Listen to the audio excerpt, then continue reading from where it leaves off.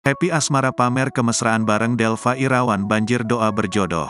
Happy Asmara kini berani pamer kemesraan dengan penyanyi Delva Irawan. Imbas Happy Asmara pamer kemesraan dengan Delva Irawan, keduanya pun didoakan berjodoh. Pada video itu tampak Happy Asmara duduk berdampingan dengan Delva Irawan. Keduanya terlihat begitu akrab dalam sebuah percakapan. Ada momen Happy menyentuh wajah Delva. Dan Delva membiarkan Happy Asmara melakukan itu. Kemudian Happy tampak memegang mic. Ia bernyanyi kemudian merebahkan kepalanya di pundak Delva. Delva membiarkan Happy Asmara merebahkan kepalanya dan menyambut dengan senyum.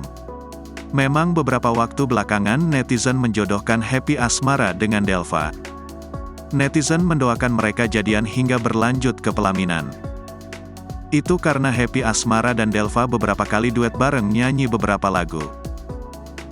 Namun, Happy Asmara menegaskan bahwa hubungannya dan Delva hanya sebatas bersahabat saja. Kita sahabatan aja, kita lebih nyaman bersahabat. Tapi kalau misal nanti jodoh langsung nikah aja, ucap Happy Asmara.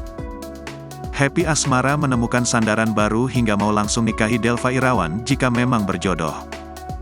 Penyanyi dangdut Happy Asmara kini sedang santer dijodoh-jodohkan dengan Delva Irawan.